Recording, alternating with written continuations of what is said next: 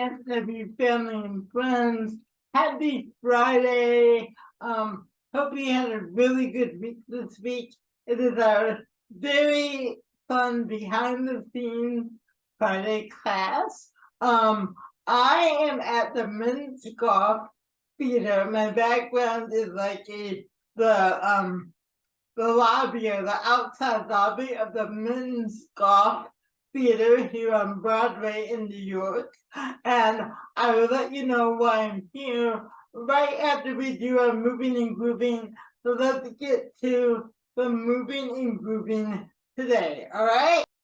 All right? A girl makes me feel the way that you do. You're all right. Whenever I'm asked who makes my dreams real, I say that you do. You're out of sight. So be fine. Look out, baby, 'cause here I come. And I'm bringing you a love that's true. So get ready. So get ready. I'm gonna try to make you love me too. So get ready. So get ready. Here I come. Get ready, 'cause here I come. I'm on my way. Get ready, 'cause here I come. If you wanna play hide and seek with love, let me remind you, it's alright. The loving you're gonna miss and the time it takes to find you, it's out of sight. So diddly dee, diddly dum. Look out, baby, 'cause here I come. And I'm bringing you a love that's true. So get ready, so get ready. I'm gonna bring you stop. All right, guys, let's take a deep breath. Blow it out. Take a deep breath. And blow it out. At the beginning of the video, I am at the Men's Golf Theater, right outside the Men's Golf Theater in New York on Broadway. This is where The Lion King, the musical, is playing. The Lion King is one of the longest running musicals. The longest running musical has been running on Broadway for 25 years.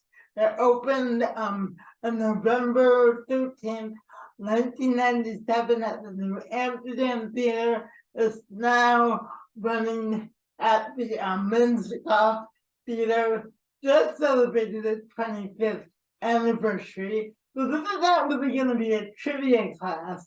They're going more behind the scenes, but I did want to share that trivia. So what you're going to see today, which I thought would be fun, is you're going to see the behind the scenes of how they costumed and made the puppets and how the actors become these animals that create the magic of the Lion King. You're going to see that first. I'd love to go to that again, how the costumers and designers help make the actors become the magical animals that are seen on stage in The Lion King.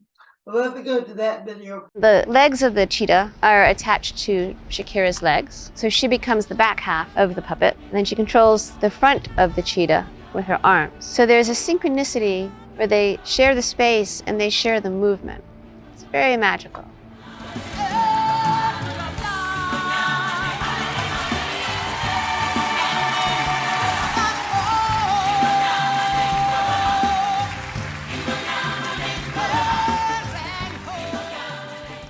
My name is Linda White, and I'm the puppet supervisor at Lion King on Broadway. There's over 200 puppets that are in the show. It's a lot of puppets. Back in 1996, 1997, Julie Taymor started with her drawings.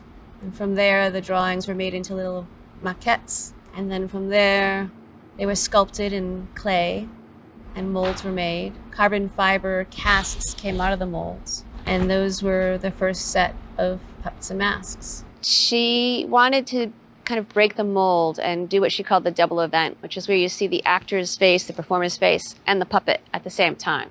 Starting with that premise, the basic instructions that we give our actors, especially if they've never worked in puppets before, is that it's a puppet and it's not going to feel like their favorite pair of sneakers. It's a long process to get a puppet properly fitted.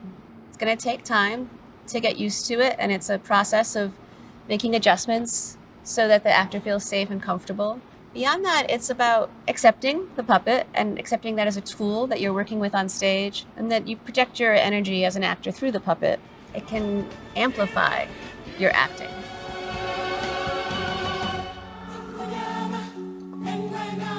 There's so much craftsmanship and so many different materials and techniques in all of these. We use yak hair, horse hair. The prongs on Mufasa's mask are made with burnt peacock feathers that are derided and then bleached and sewn into those prongs. Each of the sticks are all hand carved. You can see sort of the iconography of the show, which is the circle. The sun is the circle of life. Specifically, the Simba and the Mufasa mask are both concentric circles. The only one that breaks that mold is Scar. And Scar is our antagonist. His mask is completely asymmetrical, almost cubist in its design. His hair is made from turkey feathers that go through a process of being glued down with cheesecloth and then trimmed into these shapes and painted. He just, in general, has a much more antagonistic energy to his design. Whereas you can see, like, the lionesses, they look like the sun rising. Zazu is probably one of the more complicated puppets to act with because he's got lots of moving parts. All of his feathers are hand cut and they're made out of parachute material. His mechanism is strings and pivot points. So he flaps his wings by strings that are attached up here, go through his body to a paddle underneath. When you push the paddle down, his wings flap. And then there's triggers and cables for his eyes, so he can throw some shade. His mouth, especially our principal, Cameron Howe, is really articulate in how he uses every aspect of the puppet to communicate emotions and feelings that the bird is having. To do all of that at once while he is singing and dancing and falling and throwing himself on the stage, it's pretty amazing. And it's also, it takes a lot of strength to do this. And everybody always asks, what's his neck made out of? And his neck is made out of a slinky. And there's a ripcord inside that stops it from extending any further than that. I'd like to introduce to you Shakira Wade.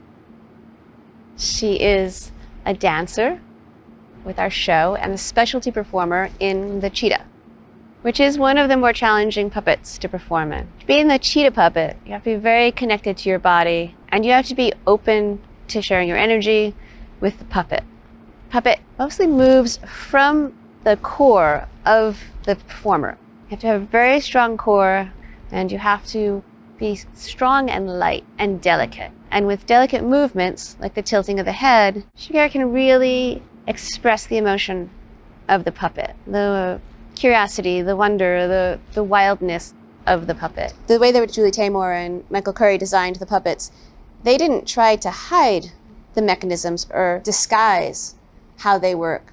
Your mind just takes you there immediately and it makes it more magical. While you simultaneously can see how it works, your spirit just wants to believe and be immersed in the magic. My name is Stacy Stevens. I am the Associate Costume Designer and Production Wardrobe Supervisor for The Lion King on Broadway, the US and international tours. In the show, there's about 1,500 to 2,000 pieces that cross the stage every night. We go through about 300 different costume changes. Backstage at The Lion King, from a wardrobe aspect, is a busy endeavor. Starting at hour before half, my crew of 17 dressers and 2 assistants come in, preset puppets in the front of house, rhinos and birds and giraffes get set backstage. Costumes are checked. Laundry is done every day and distributed. My team works very diligently to keep the costumes in the best shape they can be for the 8 performances each week. We have a staff of 2 full-time stitchers, beaters, maintenance people that come in during the week and during the day to maintain the costumes. We work with 5 different companies that build our costumes. They are all handmade. They are all individually made for each actor. The process is somewhere between 6 and 8 weeks. for each costume. So we're looking at the Rafiki costume. One thing you should note is in the original cartoon, Rafiki was played by a male actor.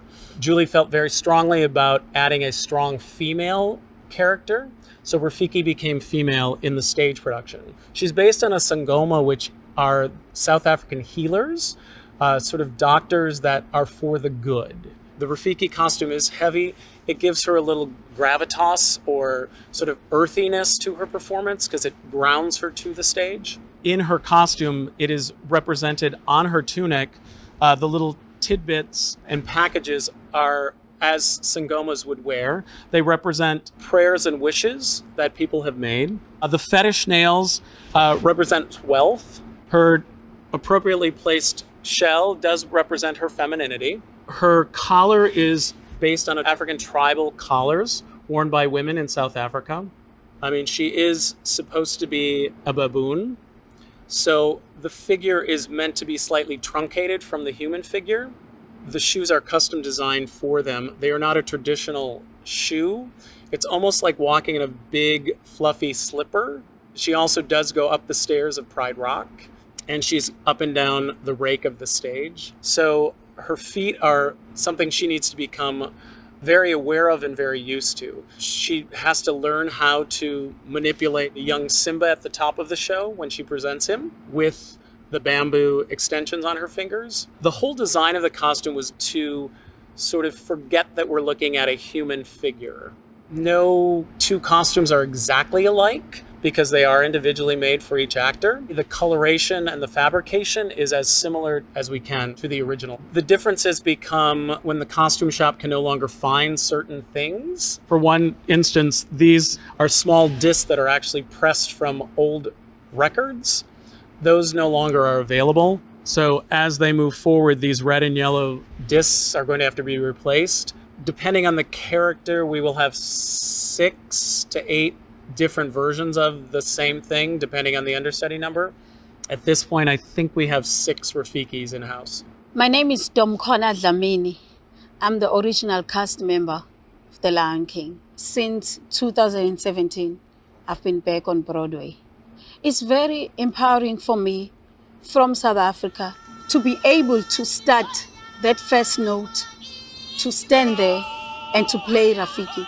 It's another level of presenting my culture to represent South Africa, period, for 25 years. It's a fun role to do. The most intricate costume design would be that of Scar. From his chaps, which are leather, they are sewn, they are then carved into, basically. His corset is created to have a sort of bone-like structure made out of the bamboo, as well as the cage that stands behind his head. With that, we have to hide the mechanics that his mask work with. So those battery packs and mechanicals are tucked into his chaps. Scar's original fittings were somewhere in the hours of 50 or more. My name is Antonia Giannino. I'm one of the stage managers on The Lion King. I have been working on The Lion King for 17 years. The Lion King it's a bit of a monster, especially from the perspective of being a stage manager. There's a lot of people, there's a lot of technical elements, a lot of moving elements, a lot of people. There are 5 stage managers that it takes to run the show. And then there's wardrobe and puppets, carpenters, electricians, props, orchestra, cast. It's a hearty crew that makes this show happen every night. I would say from pit to back wall, it's probably about 120 people. So as a stage manager, we just really do a walkthrough and we check that the props are in place. We check that the actors are all signed in at half hour. Our carpenters really take care of doing a whole preset and they check everything. They run the rock up and down. They bring in all the fly stuff up and down.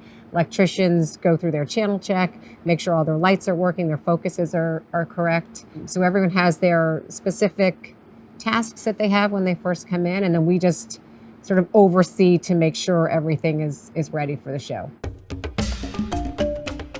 The very first thing when the show opens is a very iconic look of the clouds and the sun going out, but our first big technical element that happens too is Pride Rock coming up out of the floor. So it's a little bit like starting an airplane, taking off. Once the rock has come up, I sort of feel like, okay, we're good to go. You can take off your seatbelts. So Auto 11, go. We have someone who runs the automation for us. So it's literally someone pressing a button, but it's hydraulic. So it comes up out of the floor. It goes to about 12 feet high when it's in its highest position all the way up. It is still a computer. You know, your phone malfunctions, your computer malfunctions every once in a while. It doesn't want to do what it's supposed to do. You also have to be aware of the actors who are on the stage, make sure they're in the right position because you don't want to open up the floor and have a hole in the floor. We've got people in the wings that are also doing the same thing for us, to have an extra set of eyes to make sure everything is safe and running smoothly. 25 years of The Lion King on Broadway is amazing. I grew up in a family that did theater. My dad was a stage manager, my mom was an actress, and there was a lot of shows that came and went and came and went and came and went. So to be a part of something that has this life and has been around this long is really amazing and is really a blessing. What makes The Lion King special is everyone can relate to it. When I started this show in 2002 in Denver, one of the reviewers said something to the effect of, no matter how big and wonderful the magic was that Julie Taymor had created on the stage, her biggest feat was turning 1,500 adults into children as the animals came up the aisles and onto the stage. The 25th anniversary of The Lion King resonates with me because in the time that we live now, where there's virtual reality and automation and CG and very simple storytelling with puppets of strings and just very simple mechanisms, it just has magic and still resonates with people. It still moves people to feel things 25 years later. This is our mythology now. Lion King is the mythology of puppets and masks in our culture. I'm very grateful to be part of that.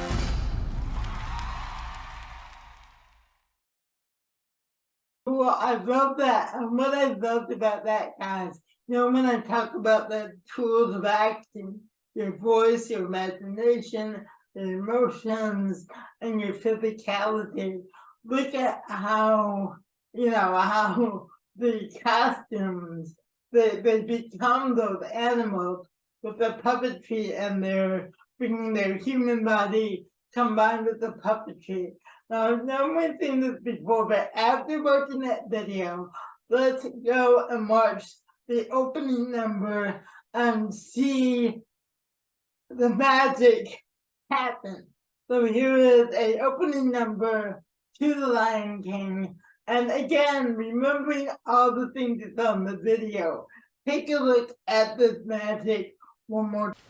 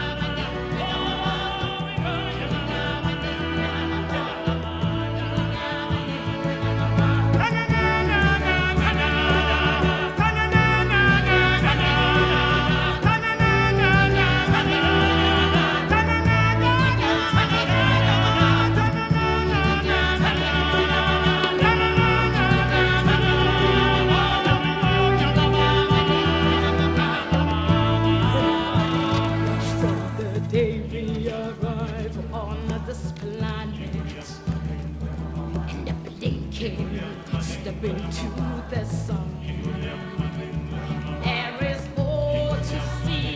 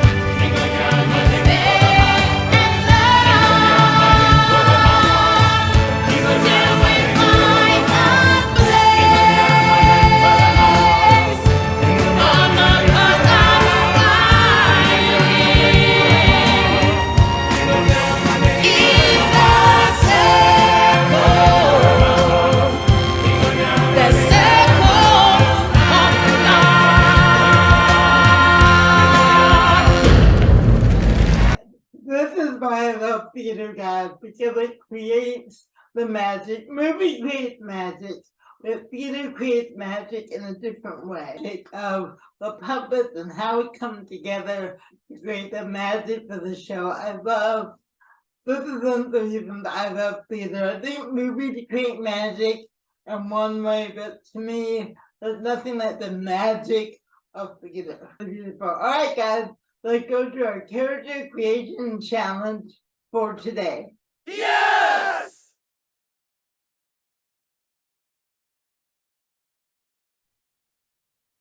All right, guys, remember your character creation challenge from last week is due today. On last week's creative character challenge, you were supposed to be in a town meeting and creating a character that was either wanted, a movie theater with old movie theater in your town. You were creating a character that either wanted to keep the movie theater or a character that wanted to tear it down. I did send out that email last week. So take your last week's email, or you can go to last Friday's class, which was the November the January 13th class. So take your email that I sent out last week on the 13th, or you can also go to last Friday's class, which was January 13th. And here is our creative character challenge for today. Based on what you saw on The Lion King, the creation of animals, I want you to create an animal character and humanize it. So again, use your physicality, whether you're creating a bird or an elephant, whatever you want, and then give that animal human qualities. For example, a bird flying. Oh my gosh, I love soaring in the air. It's so beautiful to be up among the clouds with the sun. So give that animal an emotion too. Could be an angry emotion. Oh, I hate when it rains. It gets my window wet. Oh, and the thunder scares me. So again, whatever animal you create, however your body moves, you're doing it sitting, that's okay. Doesn't matter. You're gonna create an animal and give it human characteristics. All right? And then do a brief monologue about how that animal is feeling. Okay, so again, your character creation challenge for today is to create an animal with the dog, the cat, the snake, it doesn't matter. Give that animal human characteristics. Find a way for that animal to move, whether you're sitting or standing, and then give it a voice and a monologue. So maybe you're a dog that's really upset. You're a cat that's really sad. You're a snake that's really mean.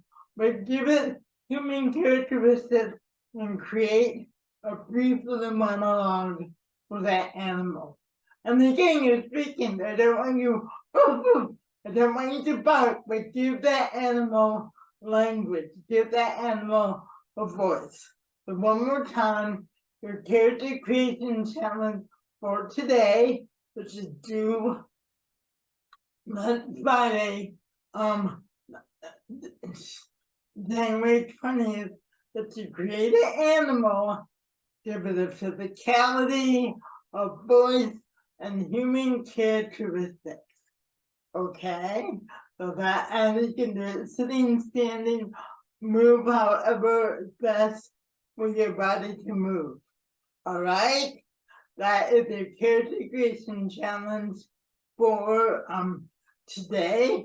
Create a video and you can send it to me at dejclass@gmail.com, or text it to me at 323-364-2478. And again, you'll get your email for that as well today. All right. Well, thank you guys. It was another great week. I will be on Zoom on Monday with my Monday Zoom class. So let's do a little moving and grooving. And I love you. And have a great weekend.